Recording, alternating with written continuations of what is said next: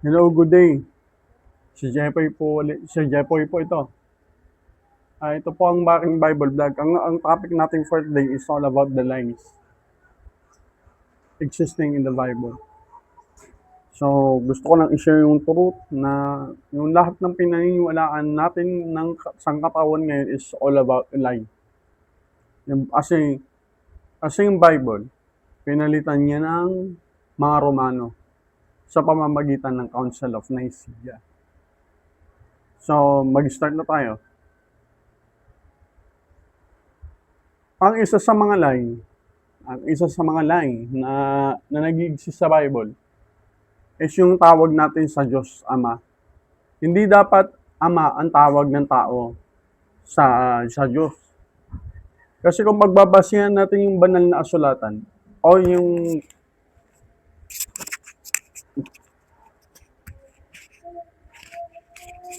Hello.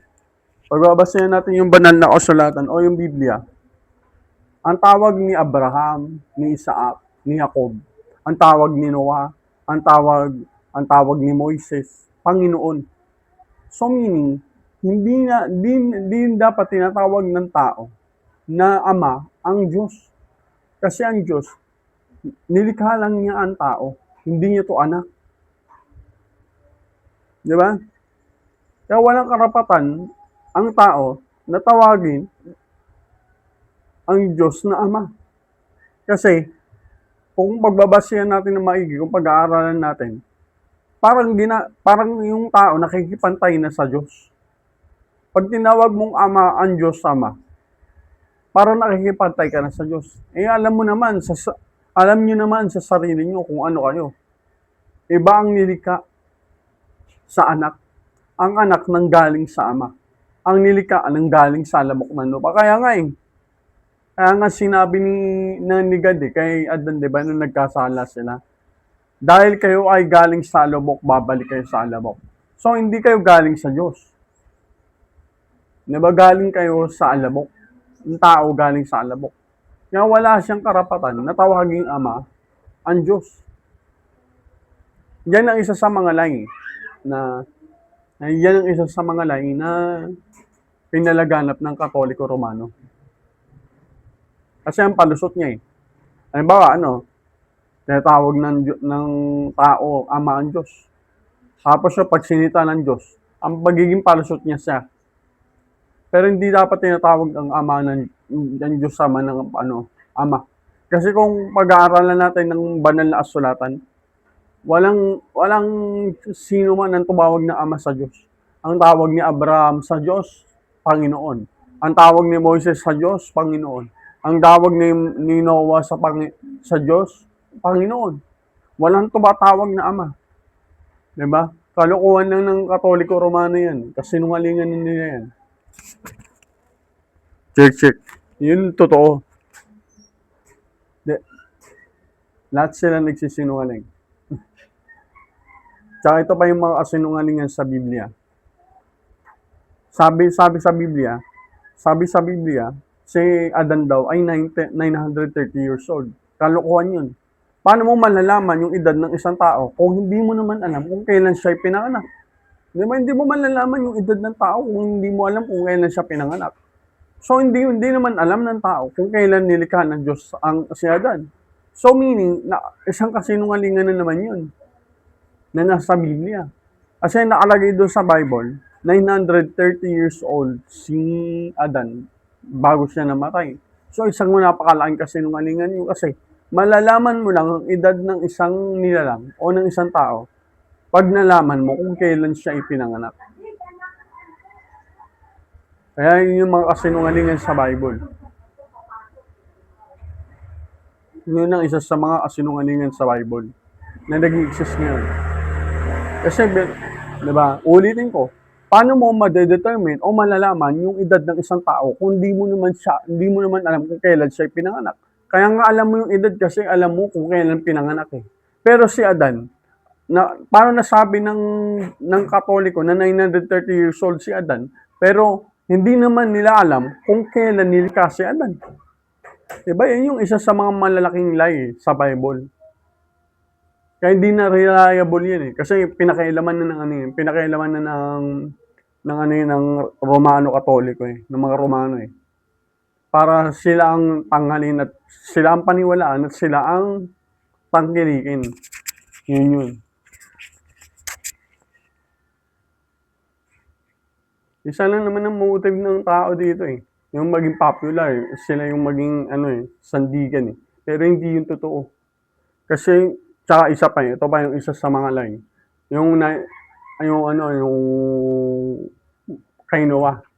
Sabi sa Bible, 40 days and 40 nights nag-antay si Noah bago huminto yung bagyo.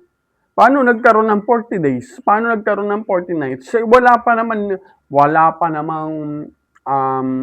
namang kalendaryo nun. Wala pa namang kahit ano nun. Wala pang kahit ano. So, paano na nalaman nila na 40 days and 40 nights? Tsaka hindi sinabi ng Diyos yun. Kaya ganito eh. Kaya napakahigpit ng mga Katoliko, ng mga Romano, pagdating sa archives ng archives nila, yung kung nasaan yung mga banal na kasulatan. Kasi nga malalaman yung totoo. Kaya pili lang yung pinapapasok nila dun.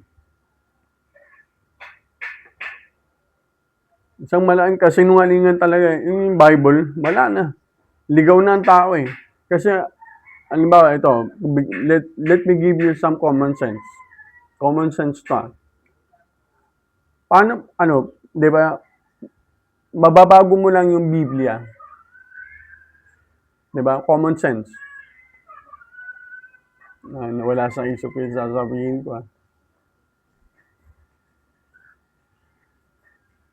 Yun yung, di ba yung let me give you sa common sense. Nawala sa isip ko, nawala. May nangayalam na naman.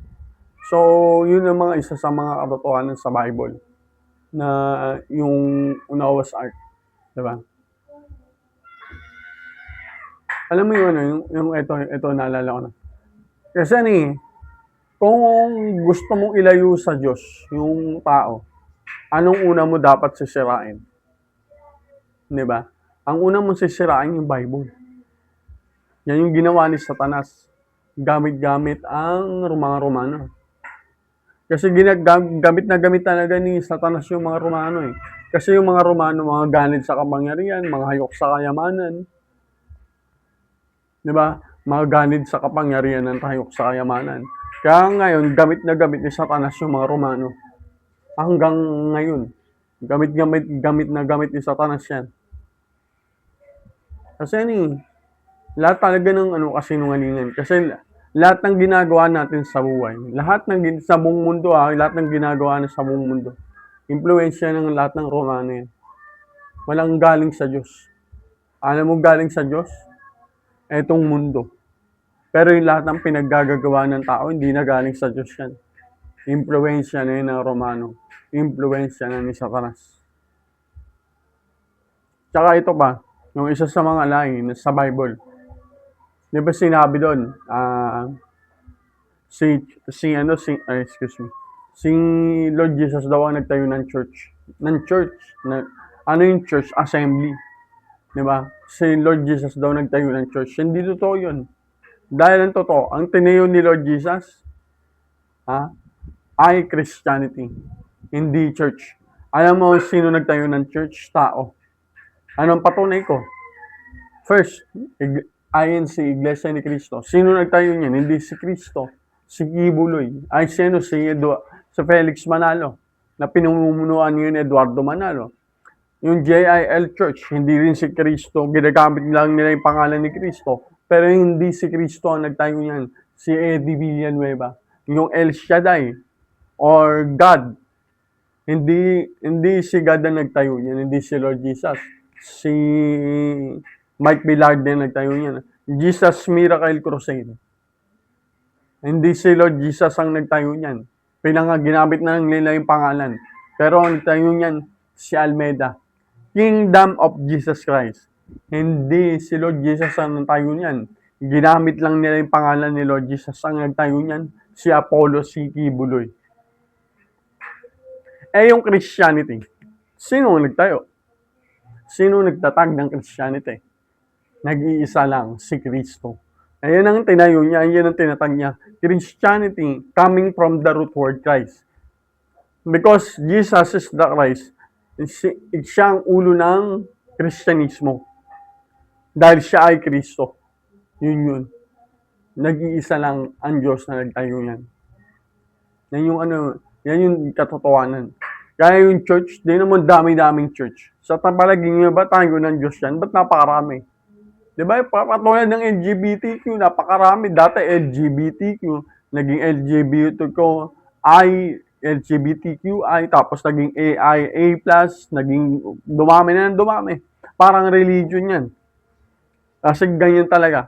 Pagka sinungalingan, mabilis dumadami yan. Kasi, ang kasinungalingan, nanganganak pa ng panibagong kasinungalingan. Yan yung mga LGBTQ, yan yung mga religion o yung mga church. Yan yung nangyayari.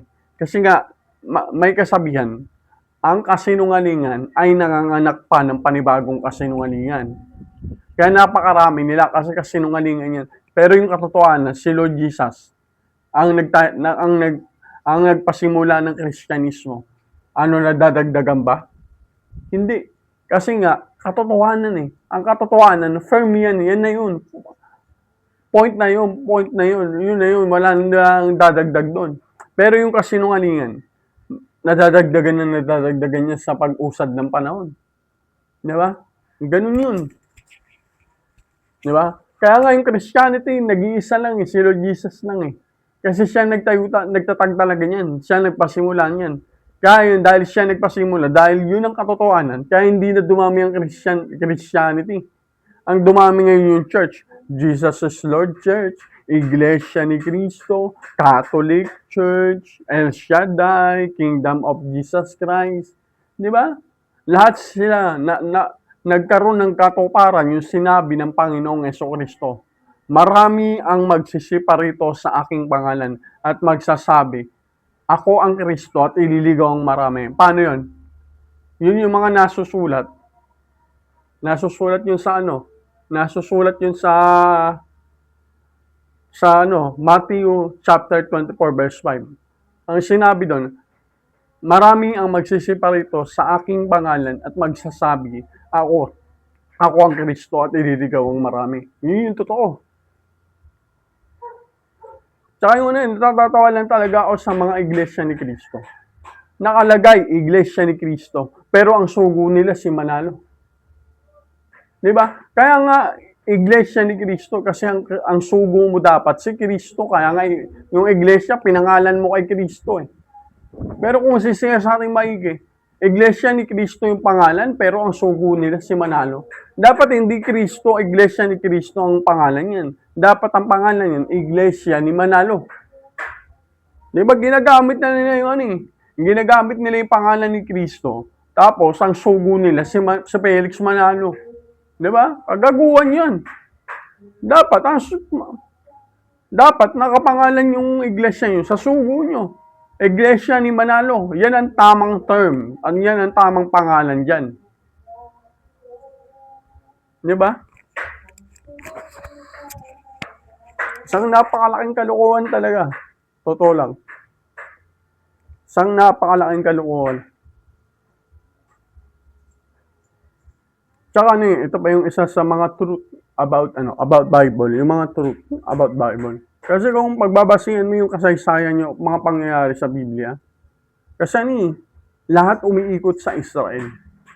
Diba? Lahat umiikot sa Israel. So meaning, yung sino yung mga pinili? Mga propeta, mga taga-Israel, mga mula sa lahi ni Abraham.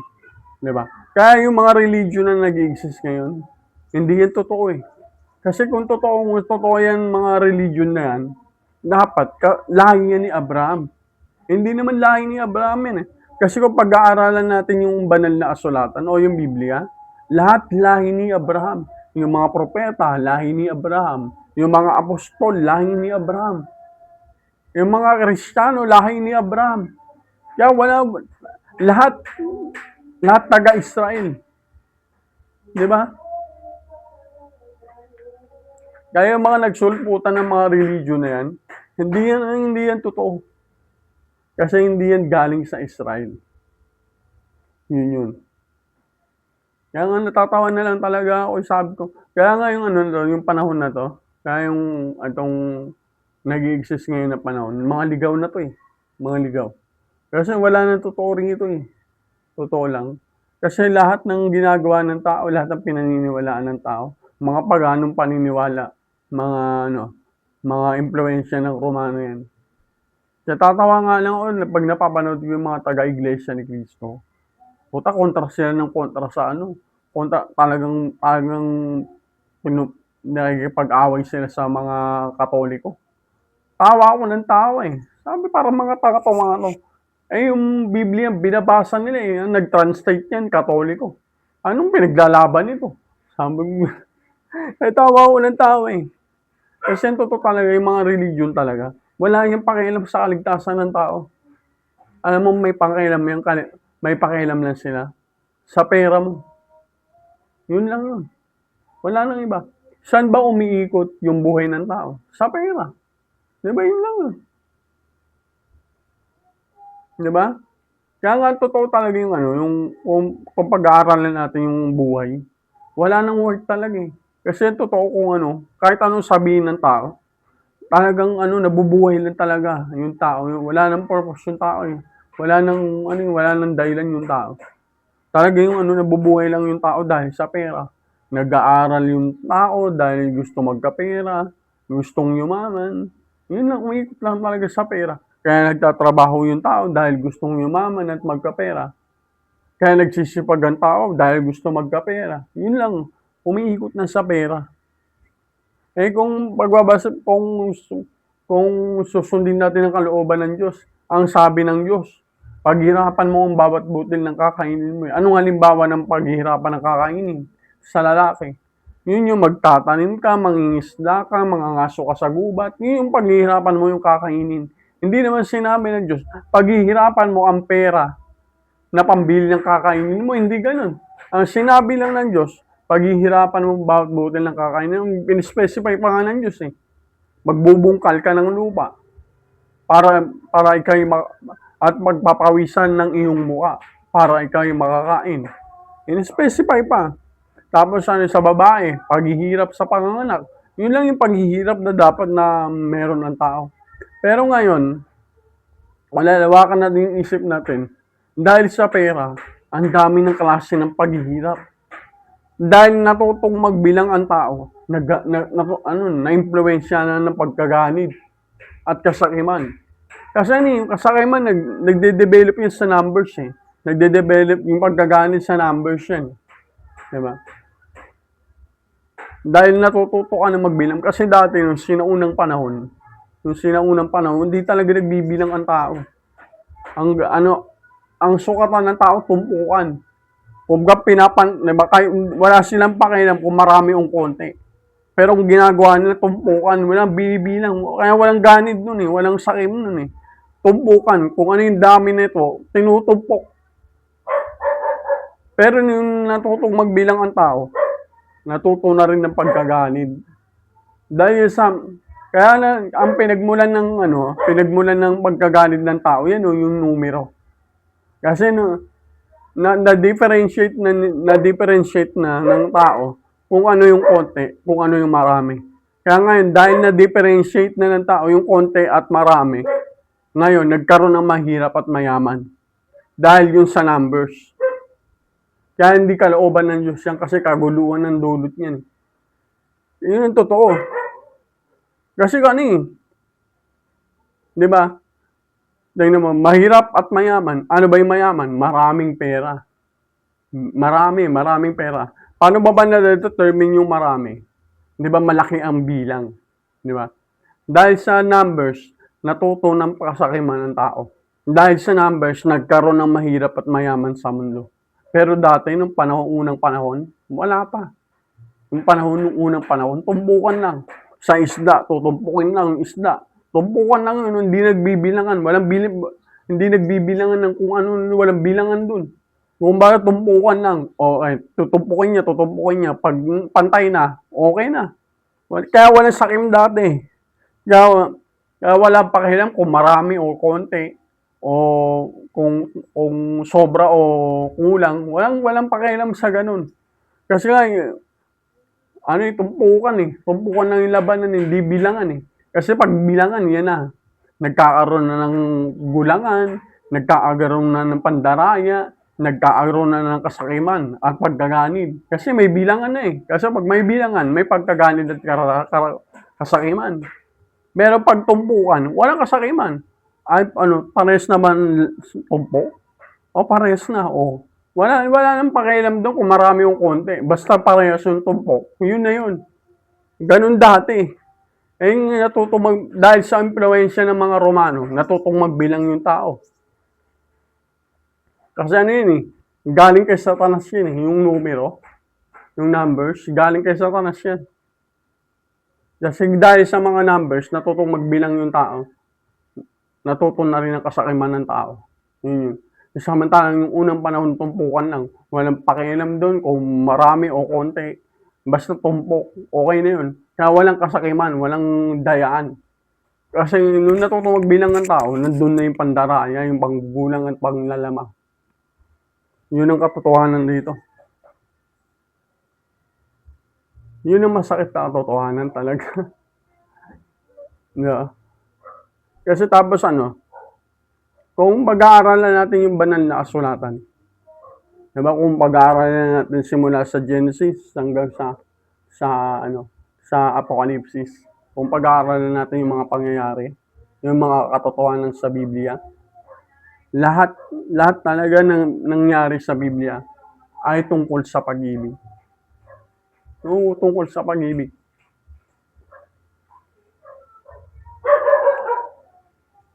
Yun talaga. Dahil ang totoo, sa Biblia talaga, sa Diyos, na totoo, ano, pag-ibig talagang, ano dyan, ang number one dyan. Di ba? Ang ganda talaga yung katotohanan dito, pag-ibig talaga. Ibig sabihin lang nun, ang katotohanan talaga sa sanlibutan, sa mundong to, hindi pera, hindi kasikatan, hindi impluensya, hindi kapangyarihan. Ang katotohanan dito, pag-ibig. Yung pag-ibig, binura ni Satanas sa isipan ng tao. Anong ginamit na pamalit sa pag-ibig? Edukasyon, gobyerno, relihiyon, pera. Yan yung pinalit ni Satanas sa pag-ibig. Pero ang totoo, kung aaralan natin yung banal na kasulatan at yung mga pangyayari sa banal na kasulatan, umiikot talaga ang buhay ng tao sa pag-ibig. Sa madaling salita, umiikot ang buhay ng tao sa Diyos. Yun. Kasi ano yun? Tsaka yung kung pag-aaralan natin talaga, yung banal na kasulatan, hindi pinili ng Diyos talaga yung ano yun. Yung, di ba, halimbawa, si Jacob, tsaka si Rachel, totoong nagmamahalan yan. Tapos hindi niya mahal si Leah. Pero kay Leah, nagkaroon siya ng maraming anak. Nagkaroon siya ng 5 anak. Pero kay Rachel, yung pinakamamahal niya, 2 lang. Si Jose at si Benjamin. Tapos si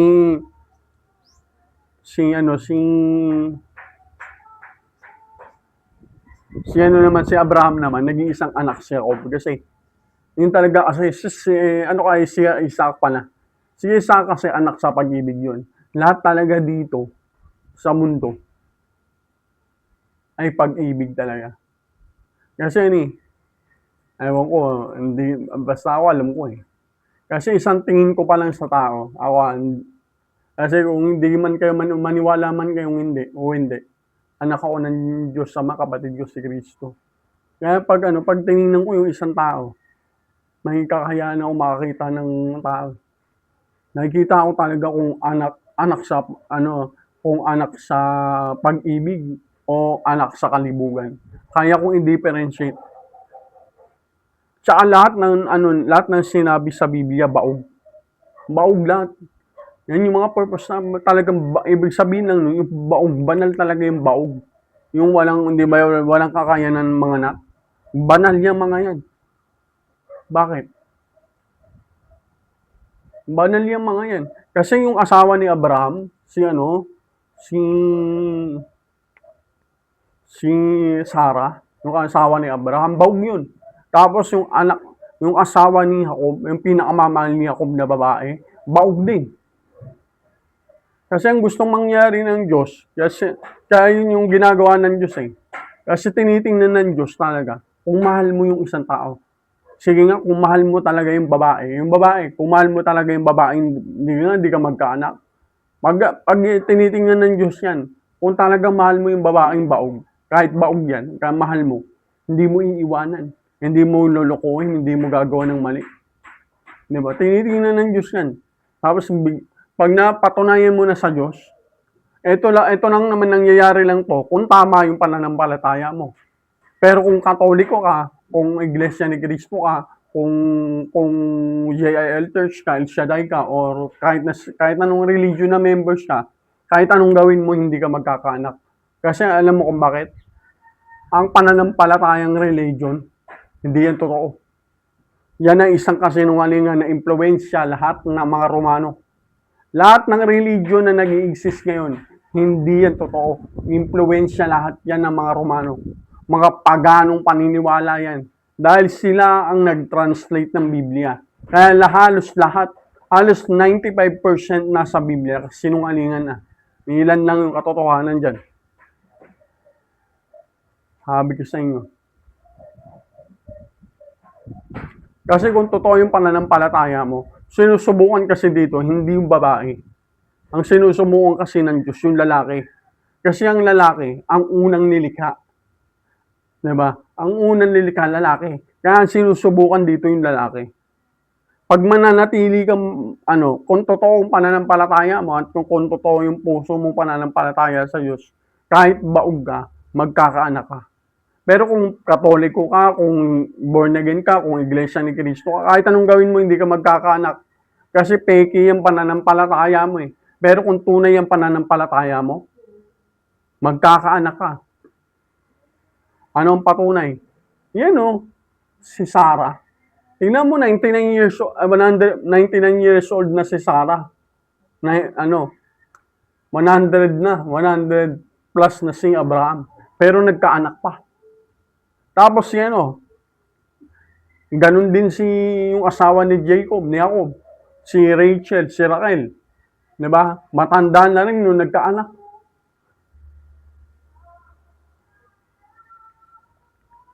Kasi pag hindi tunay yung pagmamahal, kasi kung pagbabatayan natin yung banal na kasulatan at yung mga pangyayari sa Bible, pag hindi tunay yung pagmamahal mo sa isang babae, na hindi mo talaga mahal yung babae, bibigyan kanya ng maraming anak. Bibigyan kanya ng maraming anak. Pero pag mahal na mahal mo yung babae, ganun kasi yung Diyos eh. Pag mahal na mahal mo yung babae, talagang buong puso mong minamahal, bibigyan kanya isa lang. Pag tunay yung pagmamahal mo, asahan mo isa lang yung anak mo. Kasi gusto ng Diyos, maging puro yung lahi mo. Kaya isa lang ang binahihintulutan niya, maging anak ng isang nagmamahal. Yun. Pero kung hindi mahal ng lalaki yung babae, bibigyan niya ng napakaraming anak. Sabi ko sa inyo, wala lang, pampalipas oras lang niya. Bibigyan niya ng maraming anak yan. Pansinin nyo. Pansinin nyo yung nangyayari sa mundo, yung mga, kadalasan yung mga pokpok, kadalasan yung mga pariwarang babae, ang daming mga anak. Pero yung mga totoong nagmamahalan, yung totoong buong puso nagmamahalan, tingnan mo, kung kundi lang yung anak, isa lang, dalawa lang, yung ganun lang.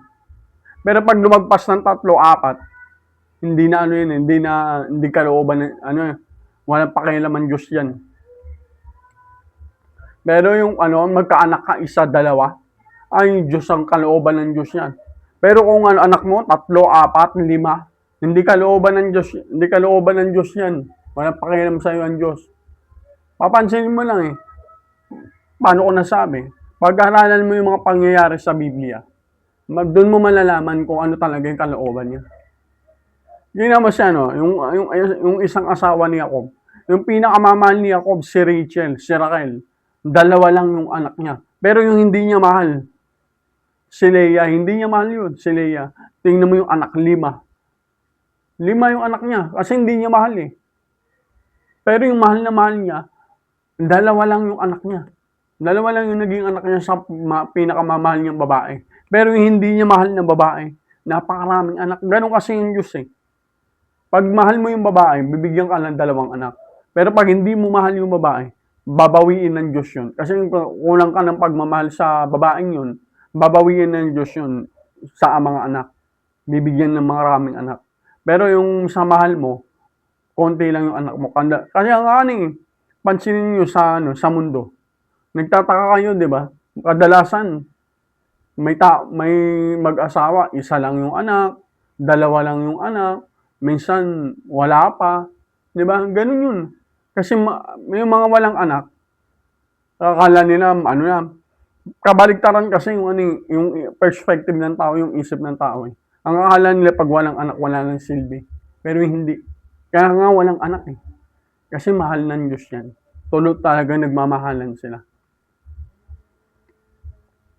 Ang problema na sa panahon na to, hindi ka talaga magkakaanak kahit tumanda ka na hindi ka magkakaanak. Kasi sa totoo lang, yung baog hindi na magkakaanak yan. Kasi mali yung pananampalataya eh. Pero kung sa Diyos ka talaga nananampalataya, magkakaanak yan. Kahit na umidad yan ng 40, 50 o 60, magkakaanak yan. Ay nako, si Ama pa. Kasi anong ginagawa niya Ama pag nakikita niya talaga nagmamahalan o nag-iibigan yung mag-asawa? Talagang talagang pinapalaki niya yung pagmamahal eh. Paano ko nasabi? Ganyan yung ginawa ng Diyos, ganyan yung niloob ng Diyos yung sa istorya ni Abraham eh, tsaka ni Jacob eh, tsaka ni Isaac. Ganyan yun.